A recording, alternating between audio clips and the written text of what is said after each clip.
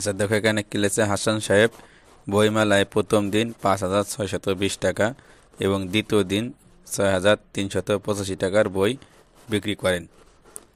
দ্বিতীয় দিন তিনি কত টাকার বই বেশি বিক্রি করেন?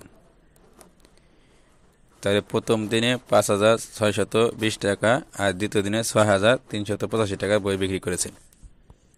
এখন এই দ্বিতীয় দিনে কত টাকার বই বেশি বিক্রি করেছেন সেটা আমাদের বের করতে হবে। কীভাবে বের করতে হবে?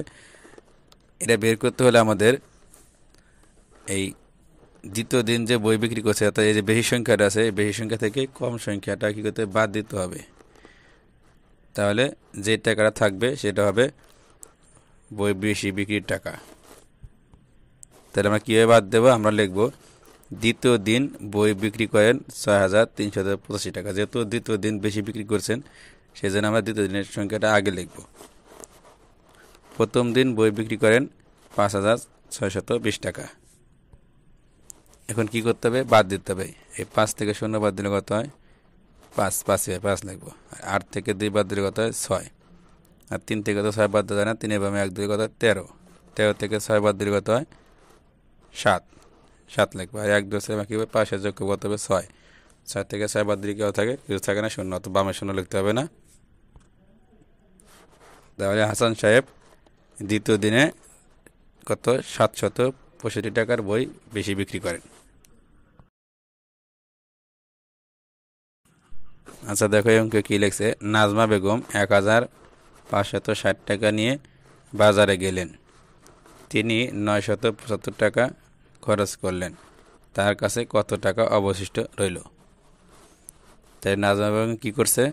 নাজমা বেগম এই 1,560 টাকা নিয়ে বাজারে গিয়েছে এবং 975 টাকা কী করছে? খরচ করছে। তাহলে অঙ্ক করতে গেলে আমার কী করতে হবে?